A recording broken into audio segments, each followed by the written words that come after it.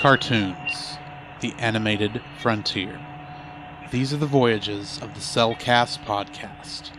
Its continuing mission to explore strange new cartoons, to seek out new animation styles and new creative storytelling methods, to boldly go where so few ever go again.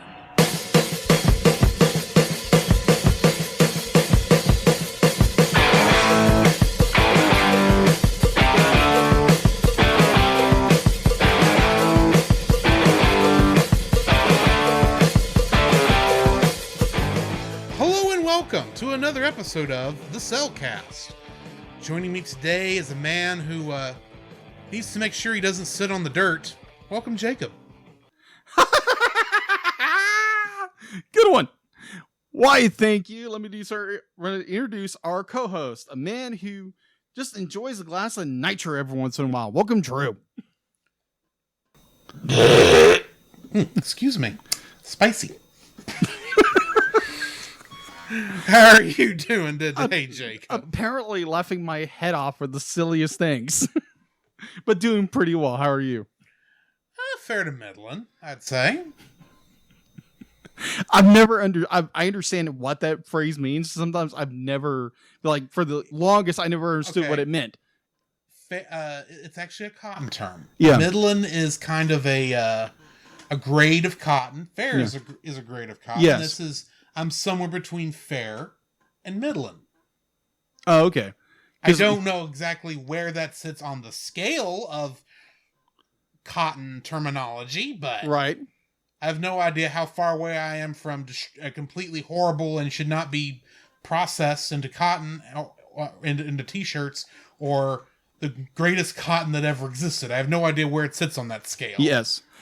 My initial thought of halfway to Midland. Well, you're thinking halfway to Midland. Yeah, Midland, like Midland, Texas, as in over by Odessa. Which, if I'm that far away, this is a long commute. I'm halfway there. Yes. So either way, of me not understanding local East Texas terminology. Yes.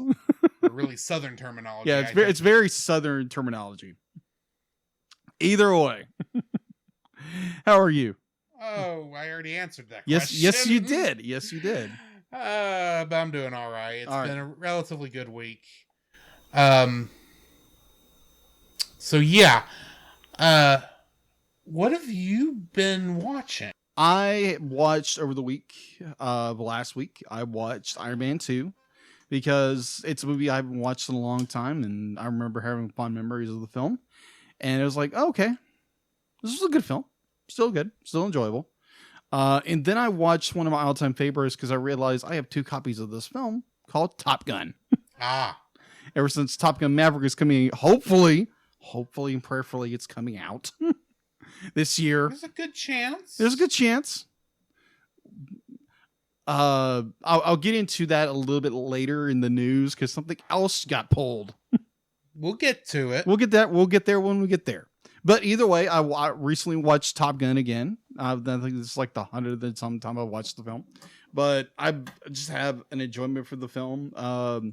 If you want to hear mine and Drew's commentary on it, not commentary, but our review on it. Of it. Review of it. Brother. Yeah, exactly. Go check out the Movie of the Week podcast and go subscribe there and listen to our review of that film. Either way, that's all I've been watching and listening to podcasts and all kinds of stuff. But other than that, that's it. Okay. What have you been watching? Well, I gave a try to something called the Looney Tunes Show. Yeah. Which I think I talked about this maybe a little bit last week. Yes. But I've watched some more of that.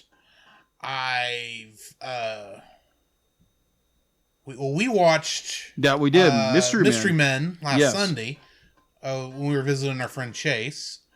And then I finally beat Yakuza 0. Yeah. And that was an interesting way that story ended. If you're interested in it, bear in mind it's definitely a game for... If you're a kid, don't play it. But I enjoyed the game. It had a good story. I kind of saw the ending coming by the end of chapter 15. And there's only 17 chapters. But, it was still good. Okay. There was a lot of things that... there was one character I assumed was going to be the final boss. Yeah. And because technically, apparently, that character has to show up in a later game, we couldn't kill him. Oh, okay. So we didn't even get to fight him because of reasons. So that was a little disappointing. Okay. But I noted over the weekend that Microsoft Flight Simulator had been released on the Xbox. And for those of you who don't know why that's an interesting deal, they actually, in that game, you can actually fly over the entire Earth. Really? Yes, it uses Bing Maps, because, it's Microsoft. Yeah. So it uses Bing Maps as kind of its main graphics layer, and then an AI kind of goes over and places buildings, what thinks are the correct type of buildings in where they go on there. Yeah. So I took off from Pounds Field. Okay. I got that close. I actually found the airstrip that is over there off 69. Yeah. There in Mount Selman. Yeah. I found that's on there. Strangely enough, I didn't expect to find it. Really? It's mostly just you could tell where the lawn was mowed. Yeah. Went 3 or 4 years ago when the Bing satellite last went over the area, but they're working on that area now. Yeah, they're cleaning that up. Yeah. But I found that. But I flew over Jacksonville. Okay. I found our apartment. Okay. According to our apartment complex. According to Microsoft Flight Simulator 2020, this building and every building in our apartment complex is a warehouse. Well, that's good to know. Yes. And so's the jalapeno tree next door. Except that warehouse has a red roof. So I continued flying down 79. And I found the church. Okay. According to Microsoft Flight Simulator 2020, our church is only 1 story. Okay. And has a flat roof. Well, part of it has a flat roof. Not the part where I'm talking about. Okay. I'm saying you couldn't even see the steeple, for crying out loud. Oh, okay. But it did map the student building and the gym. They used metal buildings for that, so technically they got that part right.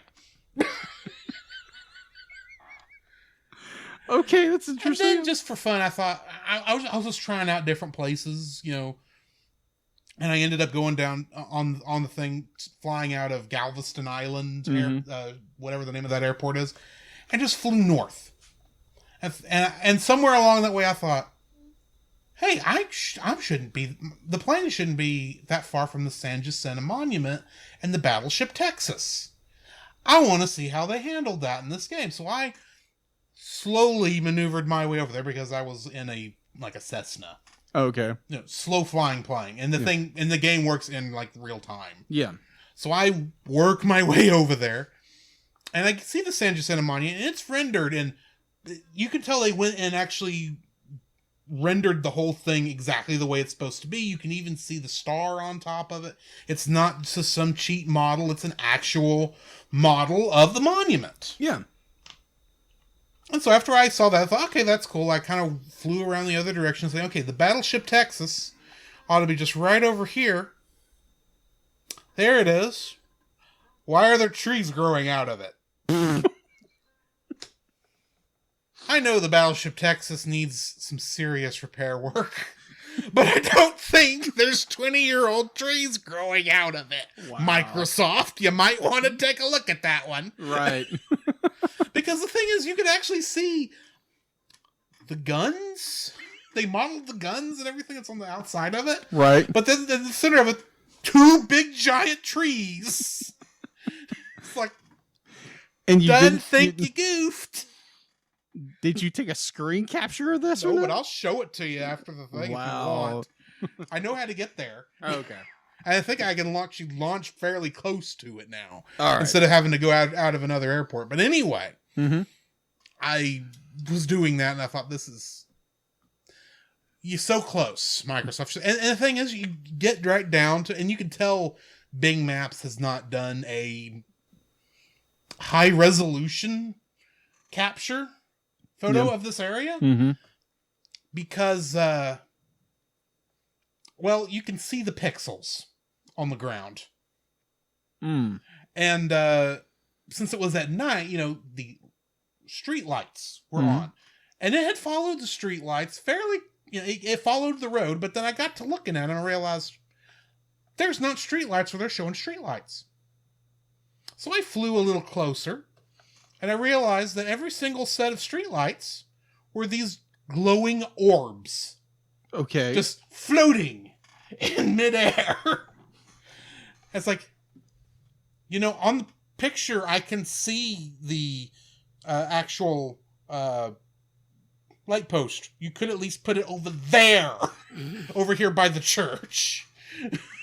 You could at least do that, but no, you didn't do that. I don't know. It was just funny to watch, to look at, and it's interesting. I mean, the crashing is, there is no crashing. Literally, unless you have the crashing turned on, which that just makes it go to a black screen when you run into something. Mm-hmm. The plane bounces off the ground. Okay. You can see the propeller turning. Wow. Through the ground. I mean, it's not meant to be that close. Admittedly. It's meant to look amazing at 50,000 feet or however much above the ground. And I will admit, it looks beautiful. Even for this area. I mean, you can't hardly see Love's Lookout. Because it just kind of... It doesn't look as hilly as I think it should. Okay. But I mean, hey. It was so cool. All right. So, yeah. So you had an interesting day flying, simulation-wise. I'm sure our pastor would not be impressed by my methods. Probably not. Especially since I had all the assists on, so anytime my engine should have stalled, the AI took over and corrected it. Because I'm more worried about, let's see how close I can get. Let's see if I can find where I work. Let's see if I can find Walmart. Let's see if I can find our friend Chase's house. Actually, I never found his house. Too many trees. Wow. In that area. And I got turned around, and I didn't have I got to Jacksonville late at night. I couldn't hardly make out streets. Okay. I found the high school. Cool. But anyway. So yeah, that's what I've been watching and All playing. All right, good deal. What do we got in the news? Quite a bit, actually. I did mention this earlier. So it looks like another movie is being pulled from theaters. I saw that. Yes.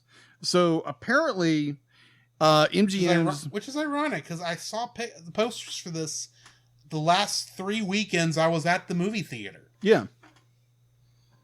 So to get to the heart of the matter, Hotel Transylvania 4 Transformania is being pulled from cinema screens all over, and after Sony and Amazon are very close to inking a $100 million global streaming deal for the movie to be streamed on Amazon Prime.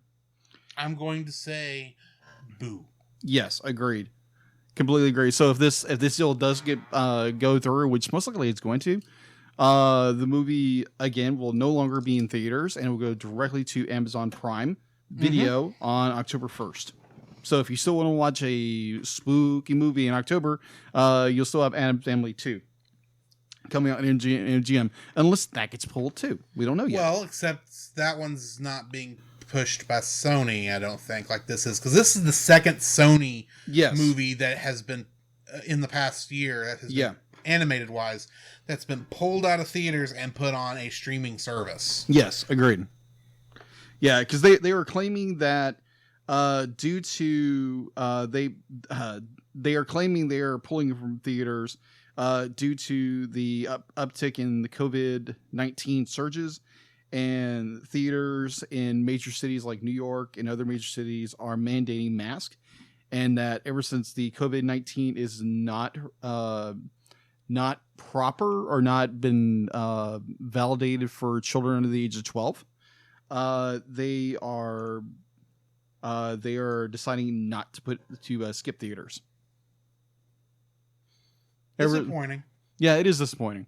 All right, so in our next bit of news, Disney Plus debuted the trailer and announced the Japanese and English dub voices and for Star Wars Visions. Yes. Star Wars anime. Yes. Why is it taking this long? It looks freaking amazing. Yeah. Just freaking amazing. And you can definitely tell one of them Studio Trigger. Yeah, two of them actually are. But you can definitely tell one is Studio Trigger. Yes. Because it looks like they got the guy who did Promare. Yes, agreed. To animate it. I completely agreed. So I swear one of those Jedi was the guy with the green hair from Promare. I swear. All right, so the trailer is currently out on YouTube and all the other social media stuff. And you can find the English dub one on our Facebook page. Yes, and it will launch on Disney Plus starting September 22nd. All right, so going into movie video releases, or DVD Blu-ray releases. Home video section. There we go. All right, so Space Jam: The New Legacy arrives for premiere digital ownership at $29.99. And also, I've never heard of this before, 24-hour PVOD rental for $24.99. I think that's technically pay-per-view. Okay, that makes sense. Pay-per-view. Paid video on demand. Yes. At home starting September 3rd. The film will be released on 4K Ultra HD combo pack and a Blu-ray DVD pack starting October 5th, 2021. So if you're interested in that, you can go pick it up. Very fast turnaround time. Yes. On that. Yeah, think about the early 1990s when Jurassic Park came out. It took a year and a half for it to come out on VHS. Yeah. Yeah. Just think about that. Like you go from a year and a half to, or the entire time COVID-19's been ravaging our planet, to now just taking a month for a movie that was in theaters now is in your hand. By technically, there doesn't actually need to be a way other than letting theaters have first go at it. Very true. From a technical point of view. Yes. All right. So going into other releases that are coming out, Batman the Long Halloween, which is based off the same DC comic graphic novel, which I've never read, but it seems interesting. The second part of this 2-part film, which will be released August 10th. It's rated R. It's called Part 2, obviously. And I'm hoping for a bundle pack at some point where I can just buy all of it and watch it. Because it sounds like an interesting my understanding is they did change some of it up from the comic, but I've not experienced either one to be able to say one way or the other. I gotcha. All right, so my final bit of home release. The SpongeBob movie, Sponge Out of Water, will be released August 14th, 2021. And on Paramount Plus, right? No, actually home video release. Oh.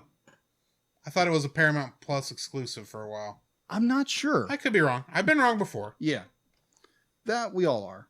All right, so it has been released as of the day we're recording, which is August 17th. So if you are a SpongeBob fan, go check it out or go pick it up or buy it on demand. All right. Go get it. Yeah, go get it. So I found 2 little bits of animation news regarding very classic animated TV animated shows that came out in the 2000s. All right, so Netflix has announced that they are doing an Avatar: The Last Airbender live action TV series. Eh. Yeah. Well, they just recently announced like who the cast is, who the director is, or producers, what have you. And so yeah, and then the next one got me, and I had to talk about this one. Powerpuff Girls. Ah, yes. She got kicked off again. She actually left the show, the one that was going to play Blossom. Mm-hmm. I really hope that dies a horrible death. Because I just hate the concept. Okay. I'm sorry, I don't need Powerpuff Girls to be teenagers who hate the world now because they're teenagers. That is true. That is true. So apparently, the CW network... Especially since these teenagers are going to be played by 20-somethings. Agreed. If not 30-somethings. And plus, it's the CW, and it's all drama llama with them. Let Powerpuff Girls just be a fun show. Agreed. That's all I ask. Yeah. So, yes, apparently they were trying for a pilot, and according to the chairman and CEO of the CW network, that it was a miss. Mm-hmm. And they were the network was opting to shoot a new test for the concept. And apparently the actress who was going to play Blossom, who used to play Quake on Marvel's Agents of S.H.I.E.L.D. Yeah, Chloe Bennett. Yes. Yeah, apparently she has left the project. But apparently there's quite a few of the cast are still remain, and it is, quote, it is being dubbed Powerpuff. So I'm like, there again, I didn't grow up watching Powerpuff Girls, nor did I have watched a little bit of Avatar: The Last Airbender, but it's like, okay, that's interesting, but at the same time, how bad are you gonna butcher it? That's the thing. I don't know. I just know I have not been happy with their attempts to modernize Powerpuff Girls in the past 15 years. I haven't enjoyed it since really the original show. So, because the original show actually had a lot of good writing involved with it, right? And everything else just like, let's just try to make this. Let's make it Adventure Time. All right. Kind of. And then you get this where they're going to try to do this more adult version where they're disaffected teens and mad at the world. Because I actually read up on this when I saw it. It's like, this does not need to be what Powerpuff Girls is about, in my opinion. But, you know what? Whatever. All right. So that is all I have for in the news. All right. Then we need to jump into our spoiler-free section of our review of Atlantis, The Lost Empire. Yes. I had seen this... No, I hadn't seen all of this. I think I might have been in the room. Okay. But quit paying attention about 5 minutes into the movie, and the last time I would have quote-unquote seen it. Mm-hmm. So I actually did not remember anything but like the first couple minutes of this movie before I started it. Okay.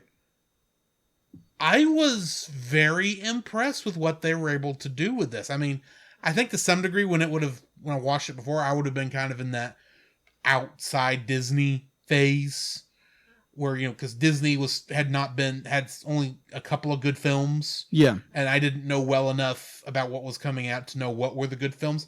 I hadn't actually seen Emperor's New Groove or Lilo and Stitch before this point when I would have seen this. So I didn't know that there actually was some good stuff.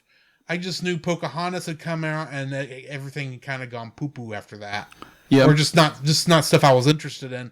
And I didn't get re-interested in it till like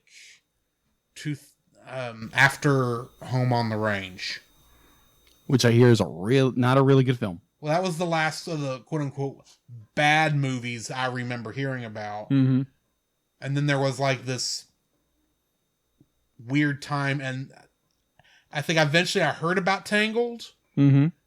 And I think I may have seen it on Netflix. Like the first time, like back in 2008. Well, I may have my timetable wrong. Tangled came out in 2010. So I have my timetable wrong. Yes. I'll admit this. It happens. So maybe I saw it in 2011 because it was on the Stars thing that Netflix was doing at the time. Okay, gotcha. They had a deal to put out any of the Stars movies that Stars had the rights to put on TV. They were streaming them, so that's how I watched it the first time on Tangled. But yeah, this is in that period where it's just like I think I saw Meet the Robinsons and I saw Bolt, and for whatever reason, those didn't really jump out at me at the time. Yeah. So yeah, I mean, this is just not when it came out. I was just not interested in Disney. Maybe interested in Pixar, but that's different. But I watched it this time and I really, really enjoyed it. I mean, I do have, of course, some issues with length, as in it's not long enough, and there's a bit of a rushing issue. But for the most part, if you're interested if you have any interest in the movie, definitely go give it a watch. It's a very good, very action-packed movie. I mean, this was I think what I read was this was the first PG movie since Black Cauldron came out, or was it PG-13?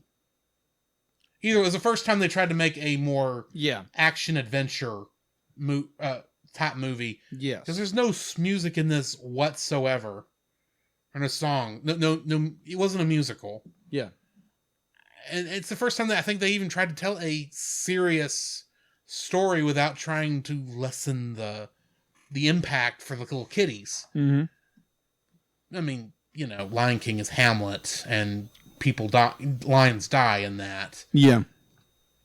This is that I'm not discounting that in any way, shape, or form. But I'm saying it's a very good story. I mean, like I said, I have some issues. I'll get to those, but yeah, if you have any interest in this movie, go watch it. All right. So, question: where did you watch the film? I watched it on Disney Plus. Excellent. Why? Just curious. I thought you were about to tell me, well, after a certain release, all Disney's versions of this movie had deleted some scene halfway through that actually fixed your pacing problem or something like that. No. I thought it would be good for our audience to know where we watched it for a review. Fair enough. All right, so but yeah, I watched it on Disney Plus, but I think I've got the Blu-ray around here somewhere. Really? I think I got it through Disney Movie Club. Oh, okay. It's just I can't find it. Okay. So for those of you wondering why I did do this for the Retro Rewind Backlog Golf, despite the fact I streamed it, that's why I've got it somewhere. Alrighty. All right. So, I first watched this movie on a mission trip to when I was still a youth. Back in mission trip to where? Oh, you're talking. I had it in my head and it just went blank. Well, then Lubbock. It shouldn't be Mexico because I hate to think you'd forget Mexico. No, I was actually in Lubbock. Lubbock. Okay. Yeah, we were in Lubbock, Texas, and someone had brought it, or they had it at this church, and I'm watching it, and mind you, a girl I really had a huge crush on was there with her boyfriend, and they both really enjoyed it, so I instantly didn't like it. So there you go. That's what it is for my, early 20-something mindset. Yeah. So you were a real drama llama back then. Apparently. I can. Yeah, let's not go there. Either way. So I did wind up watching it much later on, and I thoroughly enjoyed it. And I kind of man, I was being really immature. So yeah, I watched this later on, and I thoroughly enjoyed it. And watching it this time, I watched it on a Blu-ray, which was a Blu-ray, a DVD that I recently purchased, and dubbed, yeah. So I enjoyed this movie tremendously. It's definitely a PG film for very good reasons, because it does deal with a lot of really deep issues. It deals with a lot of things that are, it's like you're dealing with possibly fictitious civilizations that completely wiped off the map, and then somehow are in the bottom of the ocean. It's got really good stories, really great characters. I enjoyed the mess out of this film, and would I recommend it? Yes. Family friendly? Yes. Yeah. Alrighty. Well, that brings us to the bumpers. Mm-hmm. So join us on the other side of those, and we will get to spoiling this thing. All right. Don't forget that you can download? Don't forget that you can...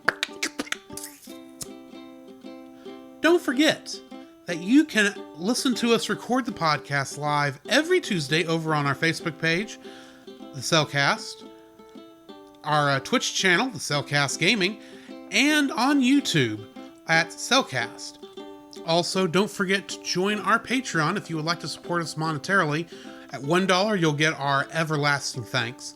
At our $5 tier, you can get some artwork from Jacob. And on our $10 tier, you can get bloopers for every episode we've released that I've remembered to release them for.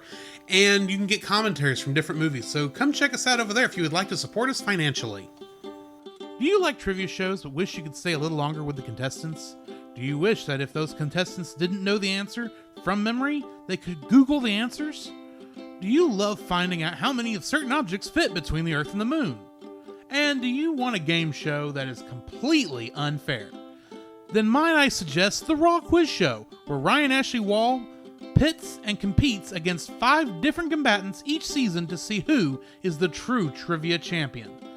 And you can find it over at Pop Americana, which the podcast you're listening to is also a part of.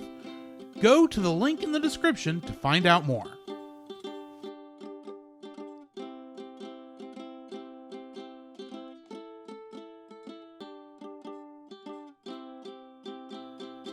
The following is a spoiler-filled review of the movie Atlantis The Lost Empire. Listener discretion is advised. Atlantis The Lost Empire was written and directed by Gary Trudell and Kirk Wise, who directed both Beauty and the Beast and The Hunchback of Notre Dame. It was also written by Tab Murphy, Joss Whedon, Bryce Zabel, Jackie Zabel, and David Reynolds. Jumping into the cast, we got Michael J. Fox as Milo, who is most well known for playing Marty McFly in Back to the Future. Indeed. Corey Burton was the voice of Moliere. You know, the Mole Man. Yes, that was Corey Burton. Well, yeah, and in Star Wars The Clone Wars, he is the voice of both Count Dooku and Cad Bane. Really? Yeah, Moliere is Count Dooku. Wow, okay. Interesting. Claudia Christian played Helga, and in the TV show Babylon 5, she played a character named Susan Ivanova. James Garner was the voice of Rourke, and he is most well known for playing Jim Rockford in The Rockford Files. John Mahoney played Preston Whitmore, and he played Martin Crane in Frasier. Phil Morris was the voice of Dr. Sweet, and the only thing I really found of interest for him was he was trainee Forrester on Star Trek III, The Search for Spock. Okay. And speaking of Spock, Leonard Nimoy played the Atlantean King, and of course he was best known for playing Science Officer Spock on Star Trek. Don Novello played Vinny, and back on Saturday Night Live back in the day, he played a character named Father Guido Sarducci. I think he's I don't know if he's Catholic or Jewish, but look it up. It's interesting. Okay. He actually reprised this role in a lot of different shows as cameos. Interesting. Jacqueline Obradors was the voice of Audrey, and she played Detective Rita Ortiz in NYPD Blue. Oh, okay. Florence Stanley played Mrs. Packard, and she was a waitress in a Goofy movie. Yes. David Ogden Stiers was Mr. Harcourt, and he played Governor Ratcliffe and Wiggins in Pocahontas. Natalie Strom was the voice of the young kids. And do you remember a TV show called The Zeta Project? That's technically part of the DC animated universe? Yes. Or that Bruce Timm made? Yes. Well, on that, she played a character named Kid Gloria. And that is her only other credit. Really? Yes. Cree Summer was the voice of Princess Kida. And on the television series Codename Kids Next Door, She was the voice of Number 5. Okay, like, just for 1 second, can you pronounce her entire name? Kita's full name.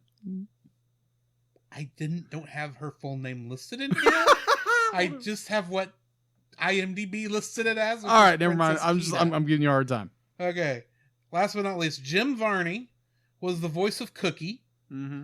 He is most well known for playing the character of Ernest P. Worrell in many of the Ernest movies and as a spokesman in television commercials. Excellent. He played the same character. But from an animation point of view, we will both know him best as Slinky Dog in Toy Story. Yes. And jumping into the Kingdom Hearts connections, we of course starting off with Leonard Nimoy, who of course was the king here. And in Kingdom Hearts, he played the character of Lord Xehanort, the first voice of Lord Xehanort. I gotcha. Jim Cummings was additional voices here. Of course. And in Kingdom Hearts, he was Winnie the Pooh, Tigger, Ed, Pete, Cheshire Cat, and Julius. David Ogden Stiers, who was Mr. Harcourt here, also played the characters of Dr. Jumba Jakiba, Doc, and Cogsworth. Oh, okay. And last, and most certainly not least, the Corey Burton, who was Moliere here. Mm-hmm. He is also the voice of Yen Sid, Handsome the Wise, Zeus, Dale, Claude Frollo, Captain Hook, Magic Mirror, Grumpy, Sark, the Master Control Program, Santa Claus, Shan Yu, and the Peddler in Kingdom Hearts. Wow. He is like, well, I won't say he's half the cast, because that's not half the cast, but pretty much anybody who needs a authoritarian sounding voice, he's played, that they didn't get somebody big in there. But yeah, that brings me to the end of the Kingdom Hearts connections. What do we got in info and stuff? Okay, so info and stuff. Let me get there real fast. I'm going through a lot of news. Okay, so info and stuff. It is available if you are a subscriber to Disney Plus. Indeed. IMDb, it is a 6.9 out of 10. Production was Walt Disney Pictures, obviously, and Walt Disney Feature Animation. Distributor was Buena Vista Pictures. Release date was its premiere was June 3rd, 2001. It premiered at the El Capitan Theater in Hollywood, California, and worldwide to the United States and everybody else on June 15th, 2001. Let's go to box office real fast. Its estimated budget was $120 million. Its opening weekend for the United States and Canada, this is pretty sad, $229,000. Its gross for the United States and Canada combined was $24 million. Now, its world gross did tick that up a little bit with $186 million, but it did not do well in theaters. To look at between its advertising and everything else in between, it didn't make its money back. It was considered a financial failure. All right, so going into home video release. Atlantis The Lost Empire was released on VHS and DVD on January 29th, 2002. During the first month of its home release, the film led in VHS sales and was third in the VHS and DVD sales combined. Sales from rentals of the VHS and DVD combined would eventually go to $157 million in revenue by mid-2003. Disney digitally remastered and released Atlantis on Blu-ray on June 11, 2011, bundled with its sequel, Atlantis Milo's Return. Speaking of sequels, Atlantis The Lost Empire was meant to provide a springboard for an animated series which was supposed to be entitled Team Atlantis, which was to present a further adventure of its characters. However, because the film underperformed at the box office, the series was not produced. In 2002, on May 20th, Disney released a direct-to-video sequel called Atlantis, Milo's Return, consisted of the first 3 episodes of the Abandoned series. And they had a video game, apparently. Yeah, I saw that in the credits. Yes. A CD-ROM game, specifically. Wow. But yeah, that's all I have for information. And apparently they like Disney and any other corporation, multi-million-dollar, billion-dollar corporation, they were planning to make a ride out of Atlantis, but due to its financial flop, they decided against it because it was going to go somewhere else. But which is sad because they actually, in preparation for that, as I saw down there, tore up the what is the name of that ride? The Fantastic Voyage? Yeah. Is that the name of it? Yeah. They actually tore that ride up because they were going to do some upgrades to make it, set up for Atlantis. Yeah. And I don't know if I assume they must have, just finished upgrading it and kept the Fantastic Voyage theming instead. But I don't know this for certain. Yeah, because what was it? That same year, Finding Nemo actually came out very close to this. Yeah. And so they probably just put the Finding Nemo characters in there. That's what they did. That'd be just as easy. Yeah. Getting into the summary right quick. A mysterious explosion sends a tsunami towards the city of Atlantis. During the evacuation, the Queen of Atlantis is lifted up into a strange floating crystal, leaving behind her distraught daughter, Kida. The crystal merges with the Queen and creates a dome, preserving the city's innermost district, and Atlantis sinks beneath the waves. Nearly 8,000 years later, in 1914, Milo Thatch, a marginalized linguist at the Smithsonian Institution, discovers the existence of the Shepherd's Journal, a manuscript containing directions to Atlantis. After Milo's proposal to search for the journal is rejected by the museum board, a mysterious woman, Helga Sinclair, introduces Milo to Preston B. Whitmore, an eccentric millionaire. Whitmore has already funded a successful effort to retrieve the journal as repayment of a debt to Milo's late grandfather, and recruits Milo to decipher the journal and join an expedition to Atlantis. The expedition is headed by Commander Rourke, who also led the journal recovery expedition. The crew includes Helga, Vinny, a demolitions expert, Moliere, a geologist, Dr. Sweet, medical officer, Audrey, a mechanic, Mrs. Packard, a radio operator, Cookie, a chuck wagon chef, and several trained soldiers. They set out in the massive submarine Ulysses, but are attacked by a mechanical leviathan that guards Atlantis' entrance. The Ulysses is destroyed, leaving only a handful of survivors. Following the journal's instructions, they enter a cavern and travel through a dormant volcano where they are met by Kida, miraculously still alive and young. She and the other Atlanteans have forgotten their written language, and the society has languished, but they can understand English due to spoken Atlantean being the basis for many modern languages. Against her father's wishes, Kida enlists Milo to help Atlantis regain its old glory and leads him to an underwater mural of the sunken part of the city.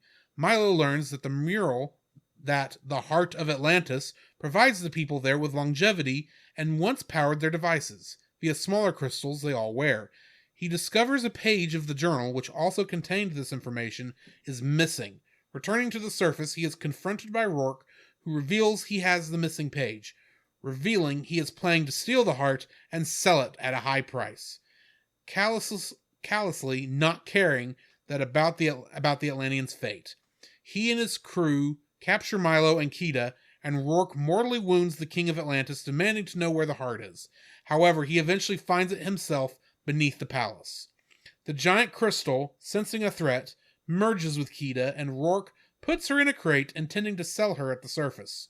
Milo sarcastically congratulates his friends, which causes them to reconsider, knowing that they don't want to be responsible for the death of the innocent people. Rourke, Helga, and the soldiers leave the rest behind and start for the surface, putting Atlantis and the citizens in danger. The dying king gives Milo his own crystal and explains he once attempted to create weapons from the heart, causing the past explosion and the fate of his wife. He also explains the crystal must have a royal host when the city is in danger and begs Milo to save Atlantis and Kida. Milo and his friends rally the Atlanteans to reactivate their machinery and pursue and attack the mercenaries. Rourke and Helga have a falling out during the battle, and he throws her into the dormant volcano. As she dies, she shoots the airship containing Kita's crate. Milo and Rourke fight on the burning airship over the heart, and Milo slashes Rourke with a crystal-charged shard of glass, turning Rourke into a living crystal statue, which is shattered by the airship's propellers. The burning airship crash lands and awakens the volcano. Milo and the rest flee back to Atlantis with Kita, who, still merged with the crystal, rises into the sky and awakens ancient stone guardians who raise the flooded portion of Atlantis into the dome and protect the entire city from the lava flow. The crystal then returns Kita alive to Milo. Milo elects to stay in Atlantis with Kita, with whom he has fallen in love, and the rest return to the surface, promising to keep their adventure secret to preserve Atlantis' safety. Whitmore alone learns the truth from photographs taken by Mrs. Packard. Getting into the trivia for this, the filmmakers noted that the vast majority of their research about Atlantis was primarily done through the internet. Sifting through all this information they could find, both plausible and fictitious, to pick out what would work to facilitate the story they were telling, as well as the mythology and world building they were creating. For the visual design, the directors immediately did not want Atlantis to be heavily influenced by the commonly used Greek look.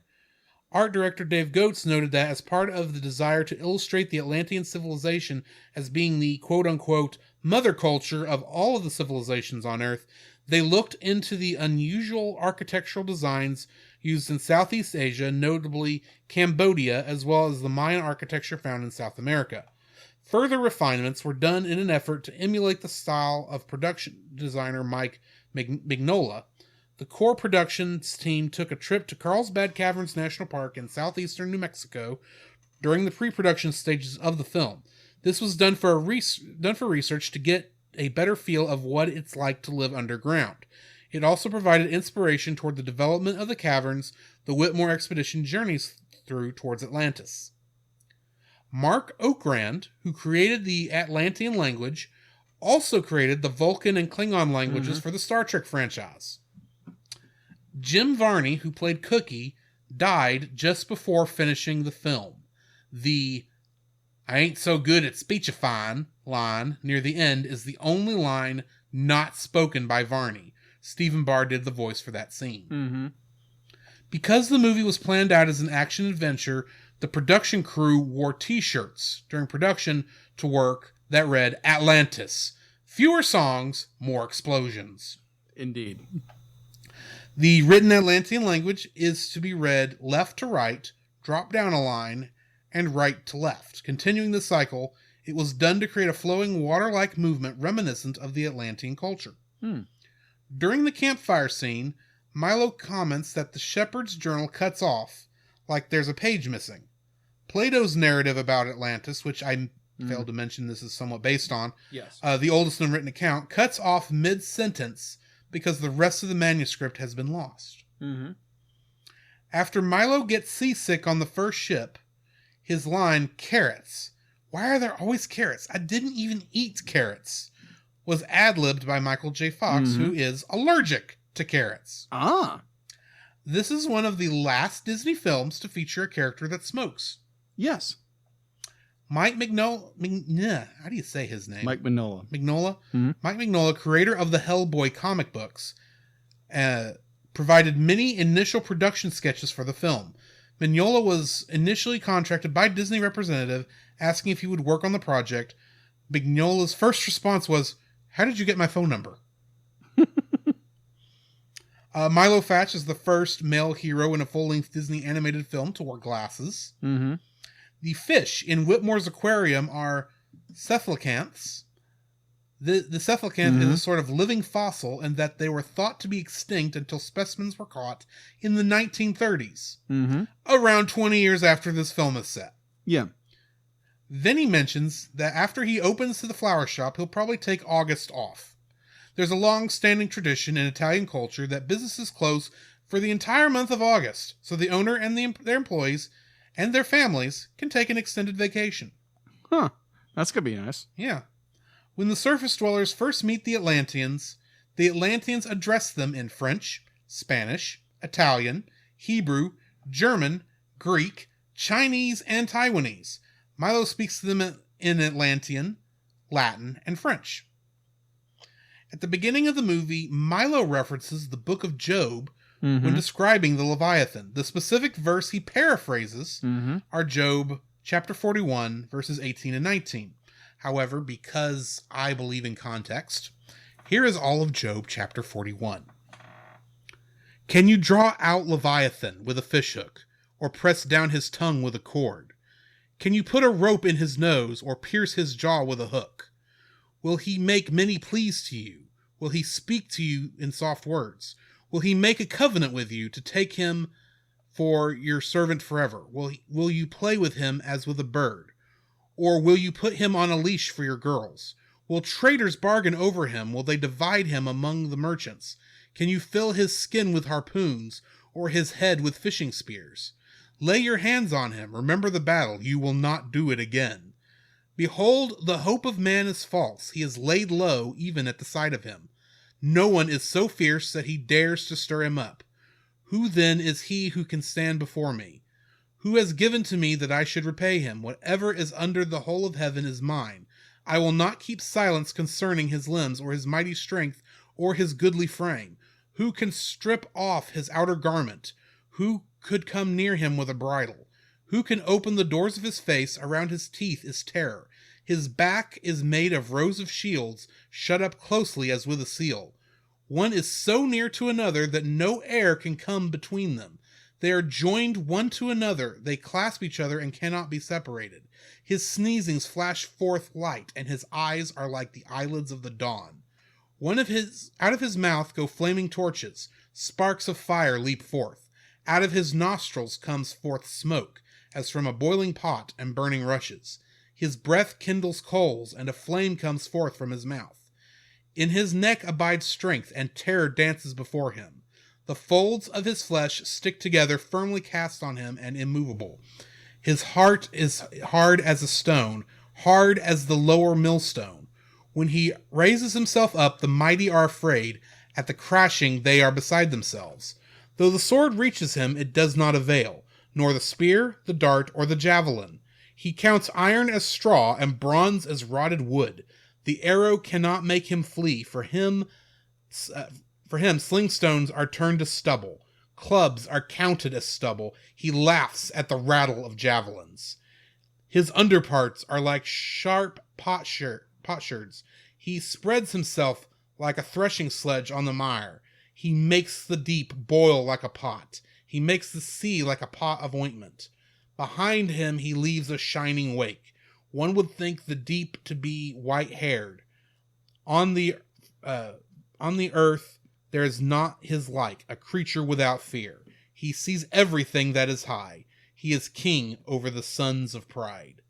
And that is the actual biblical description of Leviathan that is supposed to be the mechanical Leviathan we see that destroys the main ship. Yes.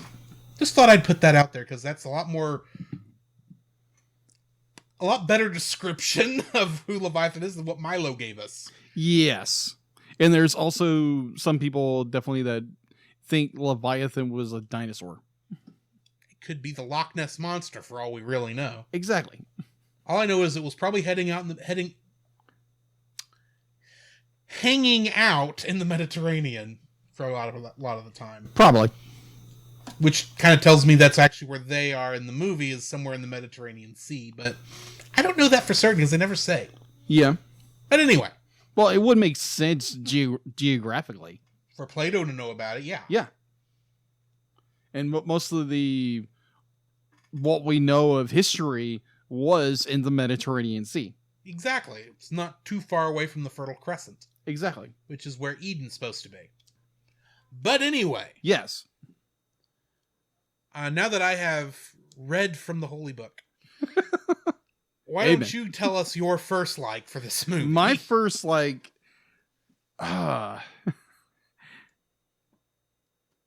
it's such a... This is one of the first Disney films to actually do more of a diverse cast. Or cast of characters, mind you. Like, you have Dr. Sweet. You have... what's the engineer's name? Audrey. Thank you. And like, you have all this like collaborative bunch of people, bunch of characters that are so unique and dynamic. You have Mole, you have the cook, you have the radio operator, which there again, I am terrible with names. People, I'd apologize for that. Well, in your defense, they barely give you any time to put name to face in this movie. That is true. They do all these characters. That is so true. Outside of Milo and Keita and Rourke. Mm-hmm. Yes, I would agree with you on that. Yeah, it's just like the cast is so different because during the commentary they were talking about like the fact to be like how diverse the characters are, and they just thought it was like, hey, this is a good opportunity to put in an African American character, or like using different diversities and. Well, I mean, it makes a lot of sense that you would not necessarily, if you're putting together an expedition, mm-hmm. best of the best, money's no obstruction. Yeah, you would hire the best people available for the job, no matter what race or gender they are. Exactly. And I thought just definitely when this was set in 1914. Yeah, 1914, right at the start of World War II. And like World War I. I apologize. I'm the amateur history nerd. Yes, know that's World War One. That's World War One. I apologize. I'm losing nerd creds here for saying that. But either way, yeah, it's the fact to be like, this is set in 1914. Like you said before, it was set right at the beginning of World War One. That the idea of like hiring someone who is a different skin tone or ethnic or a woman, during 1914 was like unheard of. But I find it just very pleasing to the eye when they like, oh, okay, let's use the best assets that we can, the best people, the best engineers, the best medics, what have you, to get the job done. And the fact that Dr. Sweets be like, he's half African American, half Native American. I thought that was the coolest thing ever. I was like, oh, really? And so I like the diversity of the cast, and I think it was a really good idea for Disney to do that, and they've continued to do that. And it's be like using more of the color pattern which God has created. Yes. I thought that was very unique. They did that. Thankfully, it's not forced. No, it's not. It's very easy to force that diversity where it feels forced. Oh, absolutely. And even if you are doing it intentionally, picking these, I like that. It feels like, this is a natural pick for this because this is the best of the best. As it says, doesn't matter who they are other than that. Mm-hmm. But I'm actually going to jump off that and say that I love the large cast of fully realized characters. Agreed. Even though we don't get to spend as much time with these characters as I would like. Yes. More on that later. You can tell they thought through the backgrounds. They did. Of all these characters. They all had their strengths, their weaknesses, what they were great at, with their foibles. Everything that, they were three-dimensional characters in many ways.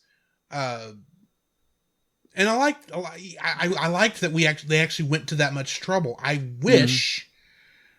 so wish that they could have put more of these characters in the movie and have more moments with them. And we've got a couple of them, but in a lot of cases, it's all, we've got this character and we've got this joke that only works with this character, so that's why this is in here. Mm-hmm. Agreed.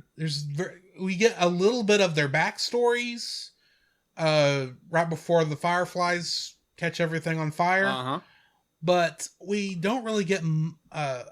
So at least we have that. They are fully realized in that way.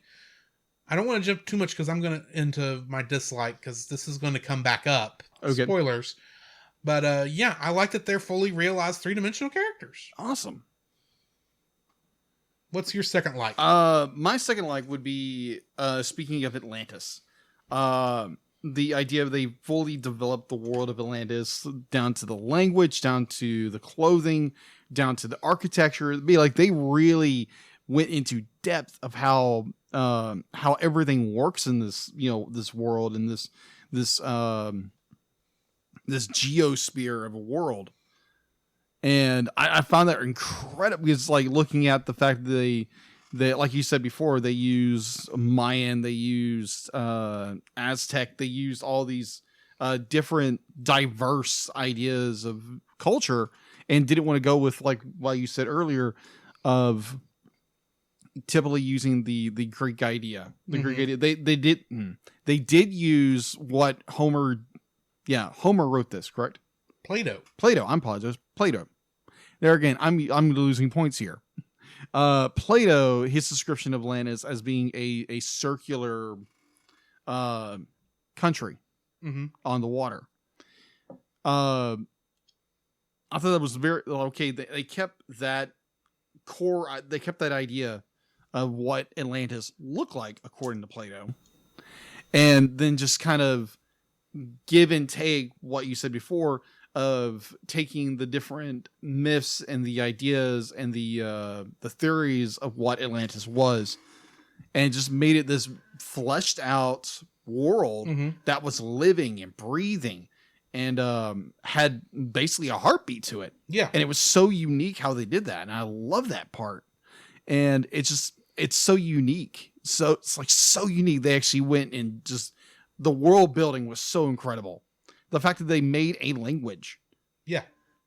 And I think one of the extra features on the DVD, and I'm hoping to get a hold of the Blu-ray at some point, and to actually hear someone actually try to teach you how to speak Atlantean, which is like, wow, that's awesome. And yeah, guys, just wait for Saturday when it comes out on the podcast. You're gonna get a real treat on that one. Yeah, at the very least, look at the album art. Yeah, exactly. In fact, in doing the trivia, I realized I've got to fix it now. Anyways, so, yeah, just the world building definitely for Atlantis is just incredible, and definitely they set it during 1914. That's awesome. They never speak of World War One, the Great War, which I found kind of odd because they did when Milo is yelling at Rourke, he does mention, "I bet you're going to go and sell it to the Kaiser." There is that line. They do speak of the world as general. Yes, but he's going to sell it to the Kaiser, which should have been the head of Germany. No, Russia.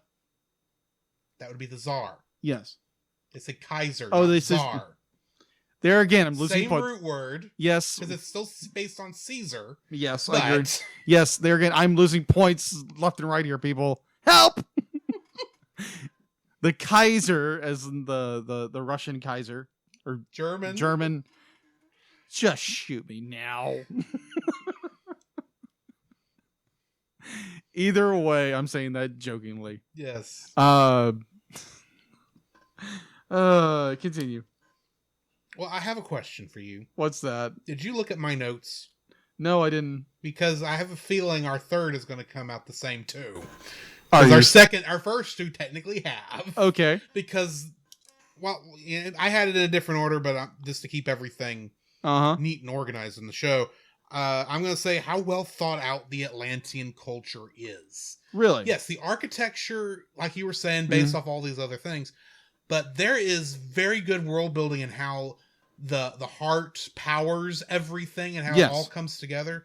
I mean, I caught that they were on the giant robot thing long before they ever brought it up, because there's that one scene where they climb to the head of the mountains. So Milo and Kita can look out over all of Atlantis, and are going, "You're on top of the Iron Giant, I think. You're top of a golem."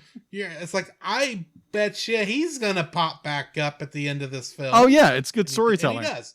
But yeah, the way everything looks, the fact that the minute you see the crystal hanging around her neck, you immediately place that's the same color blue. That's not the same color blue that the that enveloped her mother earlier in the thing. It's like they did a very good job of only letting you see this shade of blue. Yes. To let you know that this is the power of the Atlantean culture. Yes. And I appreciated the fact that they went to that much trouble to, keep everything consistent, because it gave a very visual a language to the film in that instance. So yeah, good point. And you can now I'll bring up some things later about how they kind of messed up with the Atlantean culture, but okay, we'll get there when we get there. All right. So what's your third like? All right. Let's see if you stole mine here too. Maybe. All right. So, Kita. Okay, we did at least separate. Okay. All right. So, being a child from the 90s, or growing up in the 90s,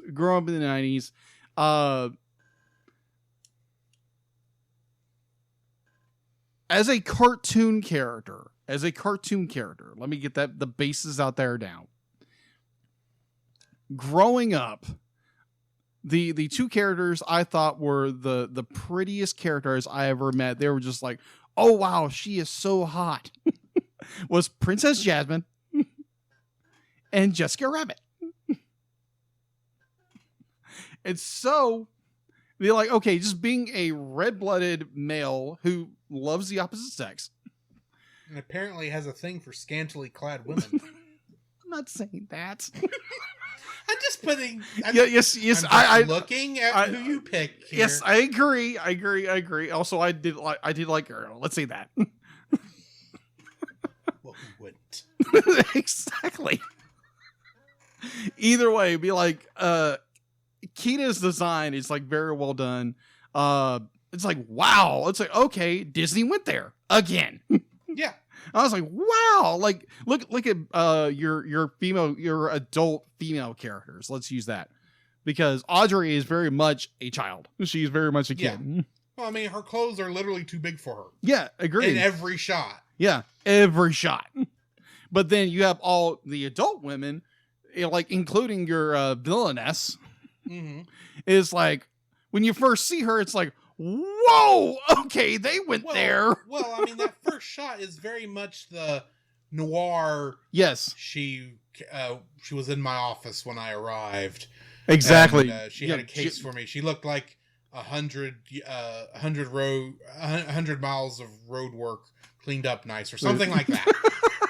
Yeah, it's just like the design work, how they did Kita, and honestly, I can't remember her name.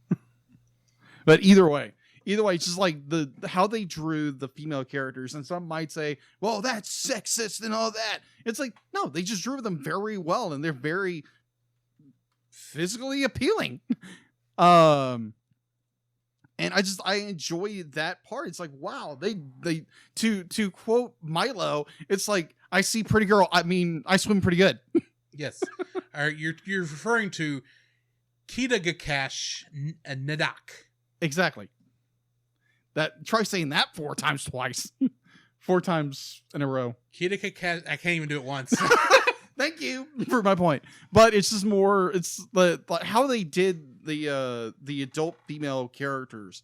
They gave them very much, like you said, noir kind of. It's like, oh, okay, like she said in my office, and it's like, whoa, okay, she came out of nowhere, like a James Bond girl or something like that.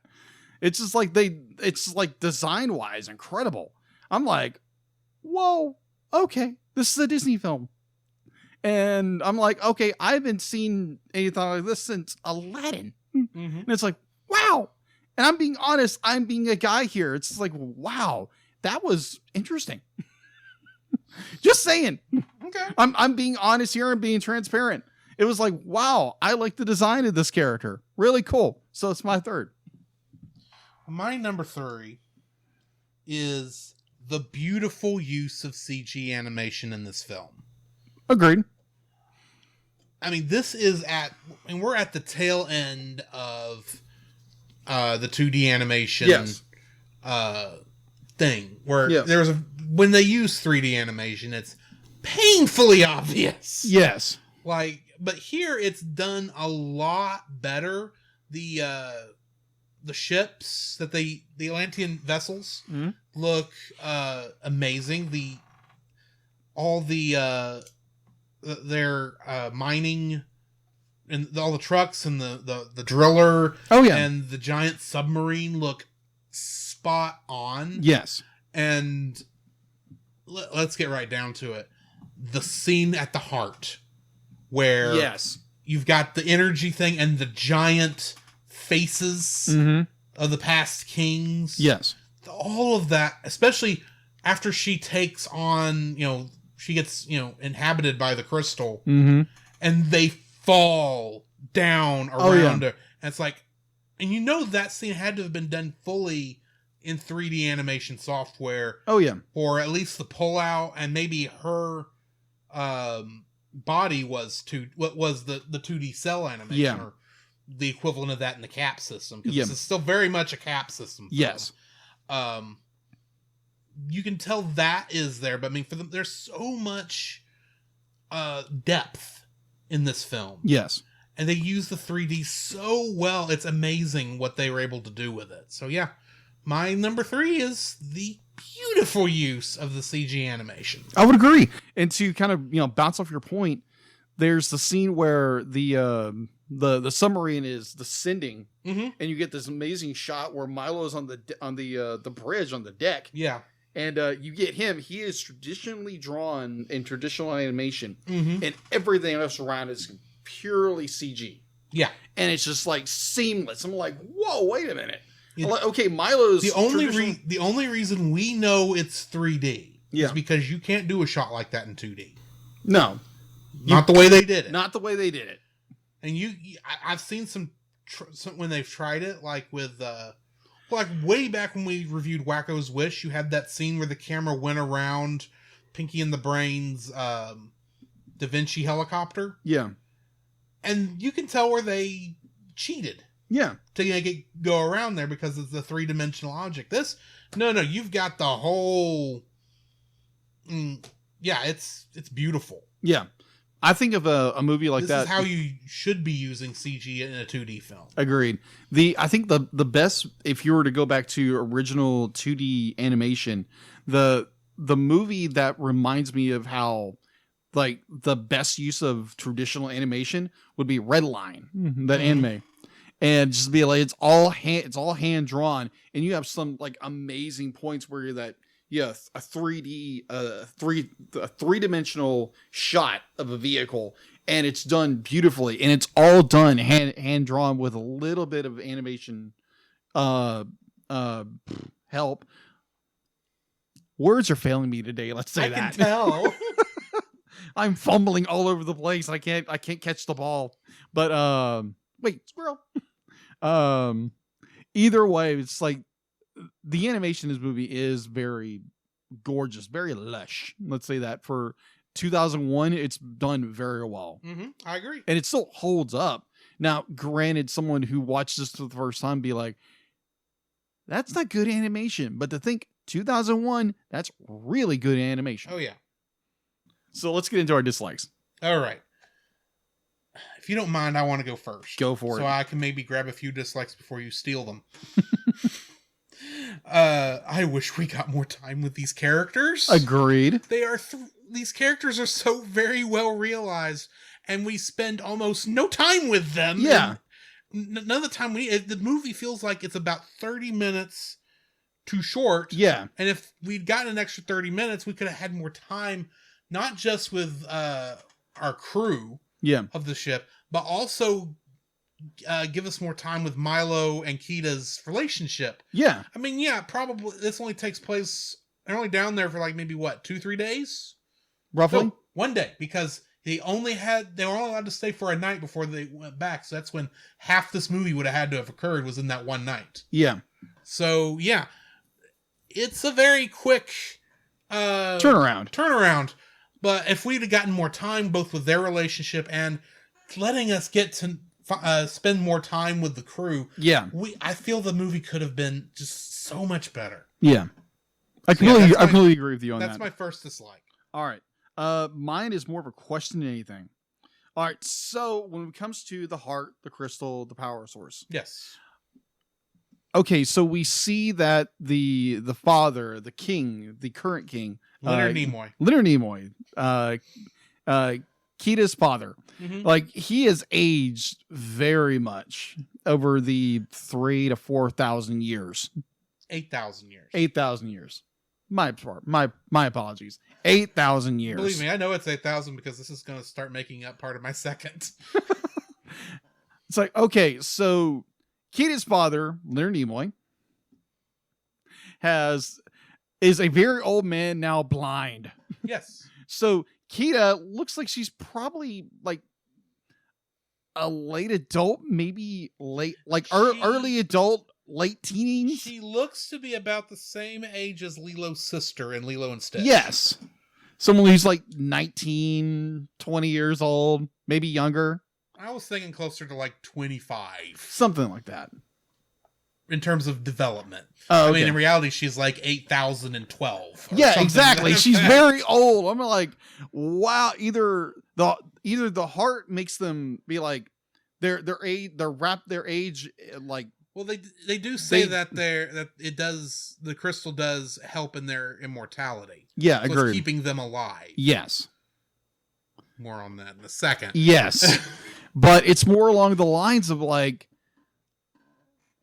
okay, and so apparently, I know Milo says it to Thatch, not Thatch, the captain, the colonel. Rourke. Thank you. There again, I am terrible with names, people. Rourke, they'd be like, if you do this, we're taking their power source, their life essence, be like they'll die. Yeah. And so like their entire life force is connected to the heart. And I'm like, okay, that's kind of interesting. The fact to be like, well, there again, it is ancestor worship, and it'd be like their very essence, their key to survival is the ancestors in giving them life. Mm-hmm. I thought that was interesting, but at the same time, it's like, that's more problematic than anything. Yeah, it's like, yeah, the exact same situation that evil bad guy comes and steals it and gets away with it, that everybody dies. Yeah, that sounds familiar. Yeah, I wonder where. Yes, in fact, since you went ahead and I assume that pretty much ends your point. Pretty much. I'm going to jump ahead to the point I actually had after my number 2. Okay. And talk about how you can see the ending of this film come a mile away. Yes, you can. I mean, the minute you're introduced to Rourke, it's like, you're the villain. Yep. And the hot chick that she's obviously the villain. His second command. Yeah, second command. It was almost to the point where since she was introducing Milo to Whitmire, yes, it made me wonder: is Whitmire a villain too? What is his role in all this? Does he know what these guys are doing with this, or are they putting one over on him? That's never explained. Yeah, but I mean, it's this ending comes just so quickly, but that's how it's going to end, because they're going to get down to the civilization. Mm-hmm. The civilization's got all this magic that's going to help the surface world.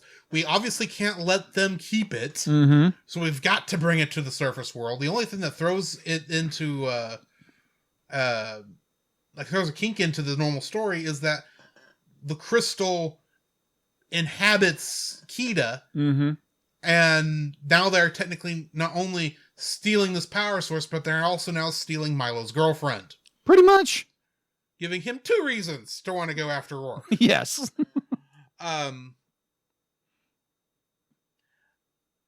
It's just very, very predictable.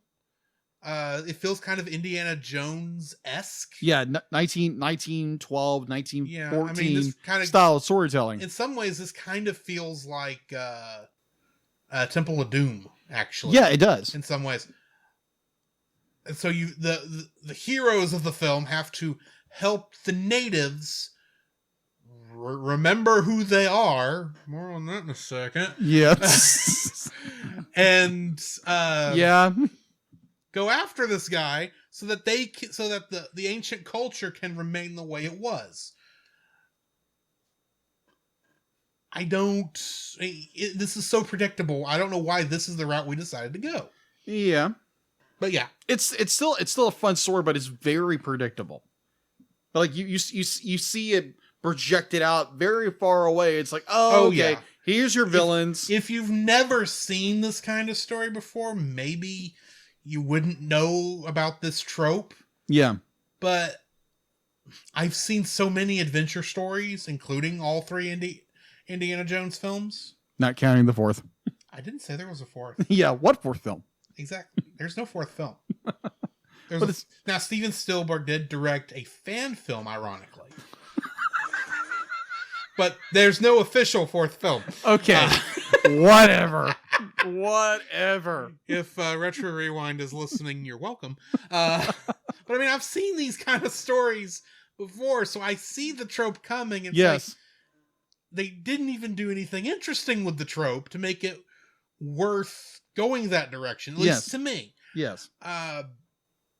And maybe that's because we were kind of setting up for whatever the TV show was going to be. Yeah. Since they were, to some degree, thinking that far ahead. Yeah, they were definitely teeing it up. Right. This very much feels like a very high, in some ways, this feels like a high production pilot of a TV show. Well, tell you, second movie's on. But you know what trailer. I mean? Yes. You know what I mean? Yeah. It's like it's a setup. We're setting this up here because we know we want to do a TV show. Yeah. So we're going to do all the world building here with the exception that world building will also pay off mm-hmm. in the TV show that never came. Exactly. Sad.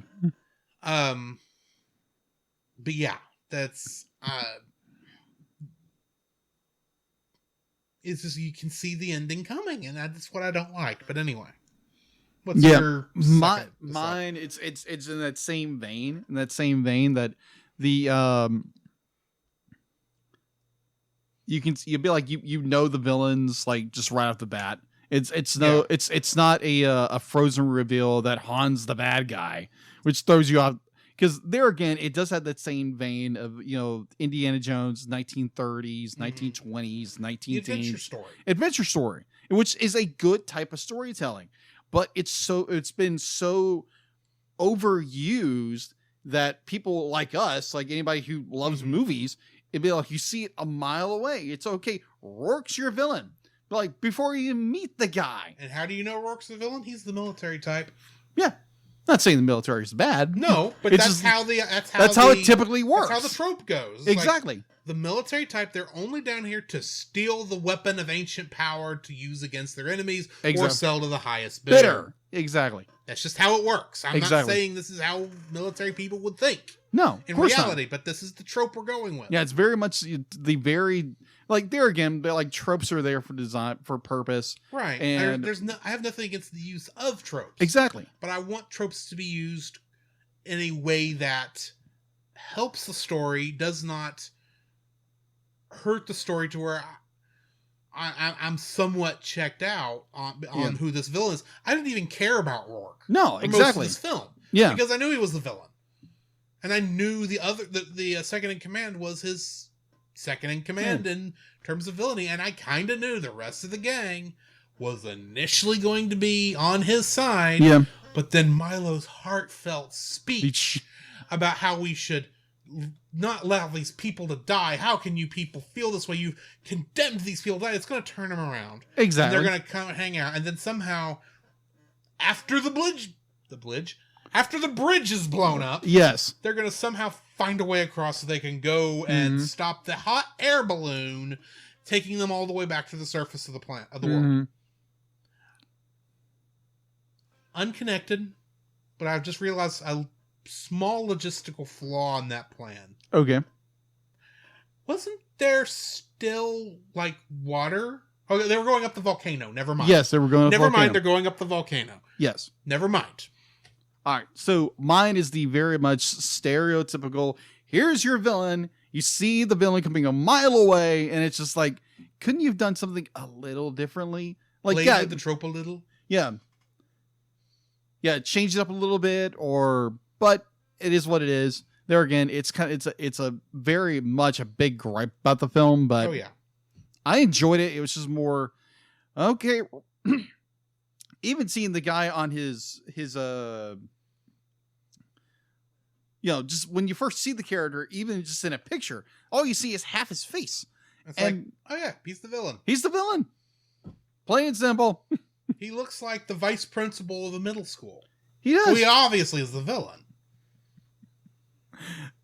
I don't know why I make that connection other than teen movies of the 80s. That's a good point. That's probably, very, very good probably point. the closest I can get there. Agreed. Or Principal Strickland from Back to the Future. Yeah, that sort of thing. Yeah. Either way, so that's my my second dislike. What's your? My third dislike. Mm-hmm. Okay. We know for certain at the beginning of this movie that the King and Kida survive. Yes. These are the same King and Kida that we see in 1914. Yes. So logically, one can ascertain that not only are these not just the descendants of the people lost, of the people who were in the city of Atlantis as it sank, but these are also the same people who were saved by the shield when the city of Atlantis sank. Mm-hmm. Why then don't they know how to use the technology in 8,000 years later when if they're the same people and don't know their own written language 8,000 years later when they're the same people? Are you telling me that they quit writing stuff down? That they forgot how the crystals around their neck worked? I mean, this would work if this were like 20, 30 generations down the line. Okay, yeah. I understand how they don't know how their written language worked. Yeah. Or how these ancient machines worked. But they're acting, and that's how they act. Mm-hmm. When they literally, good portion of the people there are either the one generation down descendant or the generation that was there when the city sank. Some of the pilots of the ships that are there should be in the city and know how to pilot their own ships. Shouldn't they? Yeah, I would agree, but at the same... What happened? Does prolonged exposure to the Atlantean crystal make you stupid? I don't know. It's not explained. It's like, how do you forget? I know, I understand the concept of you use it or you lose it. Yeah. So I understand that perhaps they did not see a reason to fly when they didn't have to go that far for food or anything since they were stuck in this cavern. Right. But at the same time, they're flying around the cavern in the ships they just remembered, at best, how to operate. Like of course, we should have been doing this all along.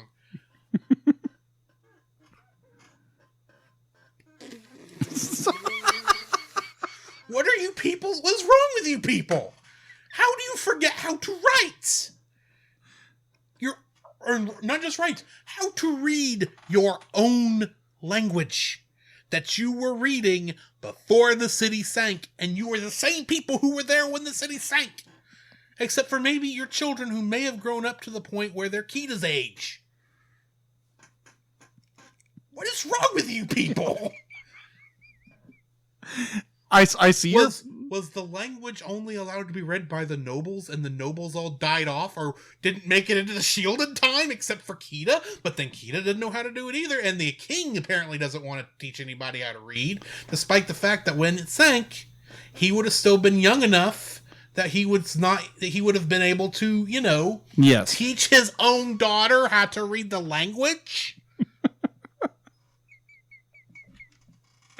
Maybe he's doing that because he's trying to keep Kita safe, so that's why he hid the stuff down, the crystal down in the center of the city anyway. Yeah. So maybe he's not taught them so they won't put all these very obvious clues together in order to get down there. But at the same time, it's like, there has to be other reasons why you would know how to read, other than we got to know how to get to the mural work so we can get down to the energy crystal. There's got to be other reasons. Like, you've got to put, I don't know. Do you not have any books of literature? or scrolls of literature or anything. Yeah. I mean, if you don't know how to read, sure, I can now understand why you may have not taught the ones you didn't teach how to work the ships may not know how to work the ships. At the same time, what are you telling them the crystals for in the first place? Where is the logic in this situation? So it's something that annoyed me the whole movie, because it's like, okay, yeah, they're an advanced civilization. They were advanced civilization before they fell. Yeah, there might be some regression just because, cultures change.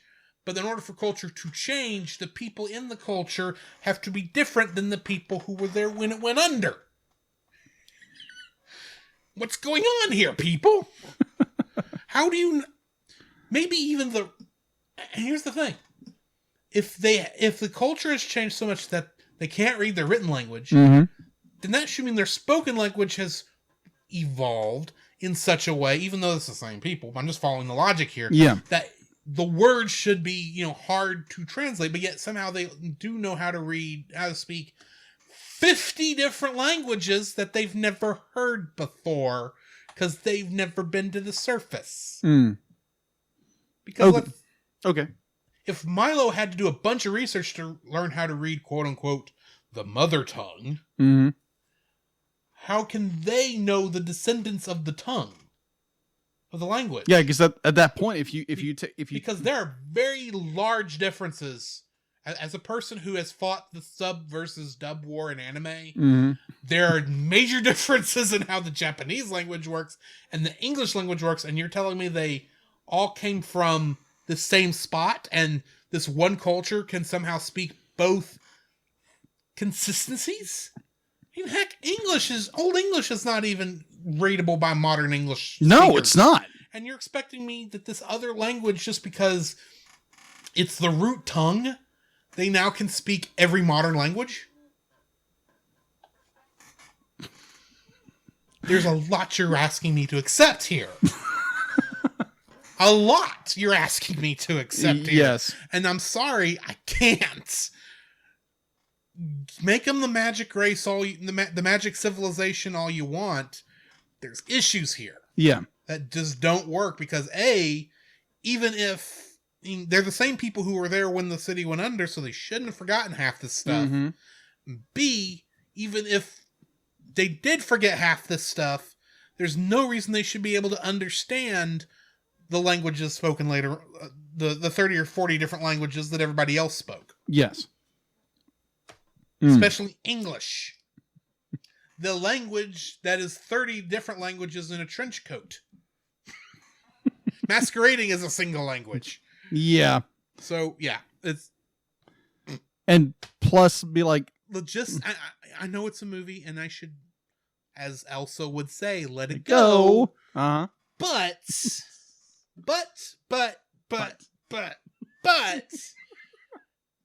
These are the kind of things that mess with me. Logistics mess with me. Yes. When they don't make sense.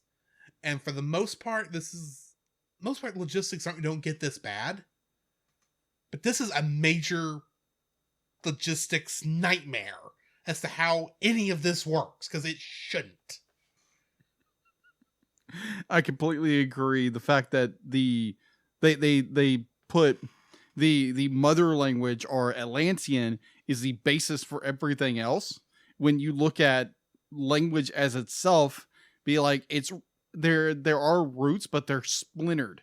Yeah. They're splintered off from different things. So the fact to be like, it's one root word, it's like, no, that's not the way language works. No. Just because you understand the root word doesn't mean you understand what that word means. I mean, heck, just look at the modern English language. We have, like, what is the word I'm thinking of? That we have words that, like, the word literally no longer just means this is literally what happened. Yeah. It now also means figuratively. And the only way you know the difference is context. Yeah, that's it. How would they know that? Because if that language is true, then that means 108 years after this, our time, if that culture's still around, they ought to know why we say literally when it's figurative and literally when it's literal. Yeah.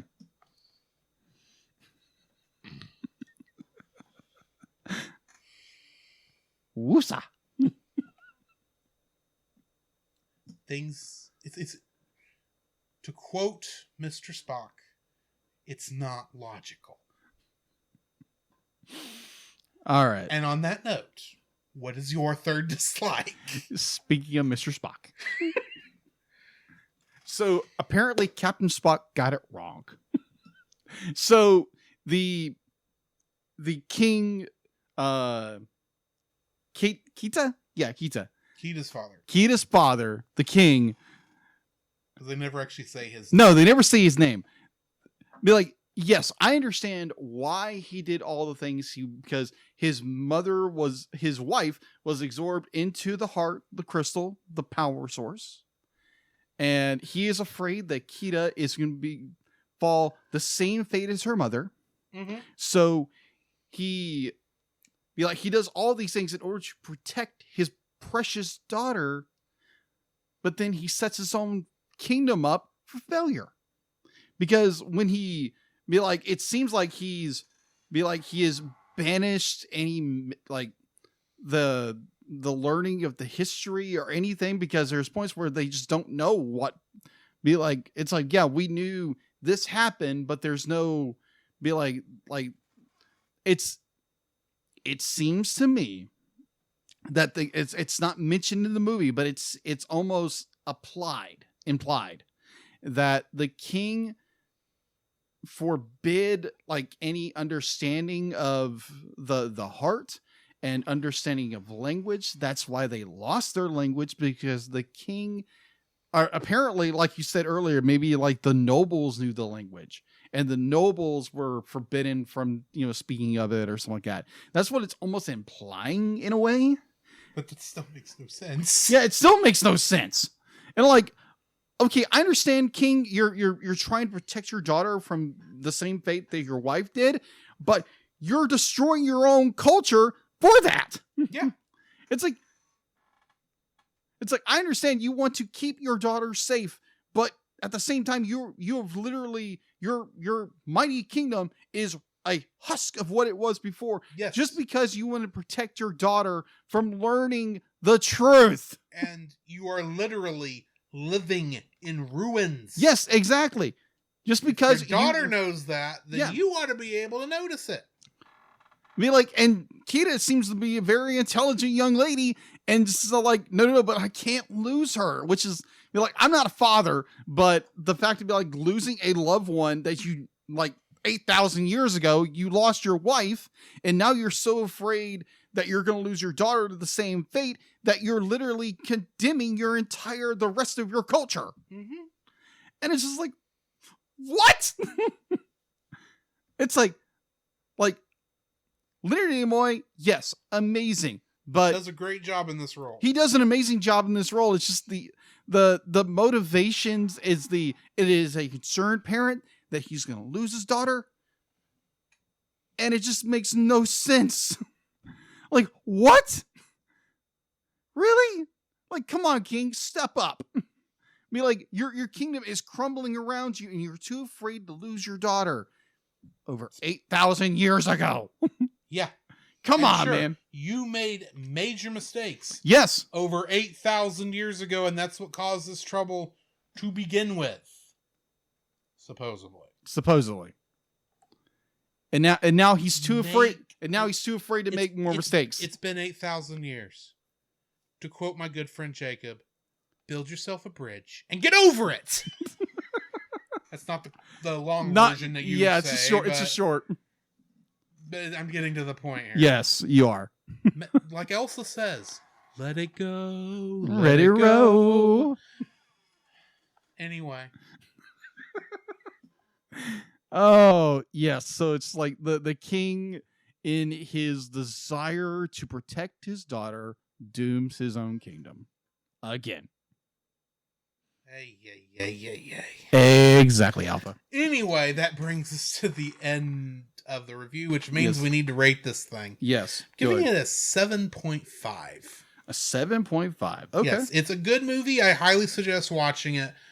The logistics for me is what knocks it down to this. I can't give it an 8 because there's just so many logical leaps and we get to spend so little time with the characters I want to spend time with that I've got to mark it down just a little bit. So yeah, I'm giving it 7.5. Okay. I'm still gonna give it an 8. I enjoy this movie, even though logically it makes no sense in some cases. And I completely agree with your point that we needed more time with our characters. I do enjoy the campfire scene. The campfire scenes. I wish we had more of that. I wish we had more of that, but I understand we're trying to like crunch down the story and make it more fluid. But like you lose a lot of character buildup in that. Because you want to get to our main characters. Yeah. I get that. You could easily split this into 2 movies or into like a 10-episode first season of a TV show. And it would probably work better. Agreed. Than cramming all this into 1 hour and a half movie. Yeah.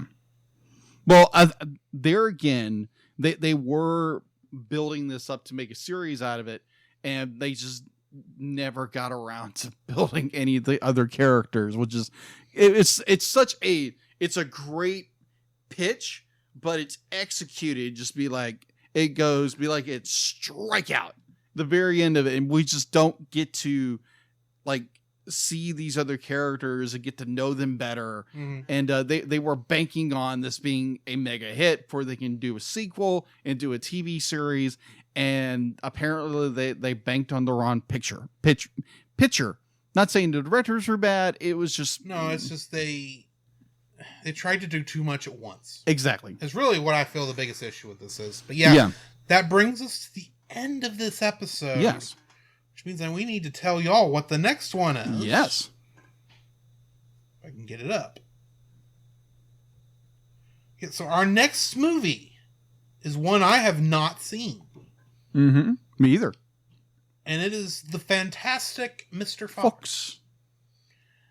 I know it's stop motion, or at least it's implied to be stop motion. I assume it is. I don't know. But I've not seen it, so I don't know what it's about. You'll find out what we think of it next week, and we give it a review. Yeah. Which makes me ask one very stupid question as we end this episode. What would that be? What does the fox say? Anyway, in the meantime, this has been Drew. This is Jacob. And we'll catch you in the next frame. Come, Jacob. We must prepare for next week. Prepare for what, Drew? The same thing we do every week, Jacob. Record a podcast. Oh, boy. So where can they find you, Jacob?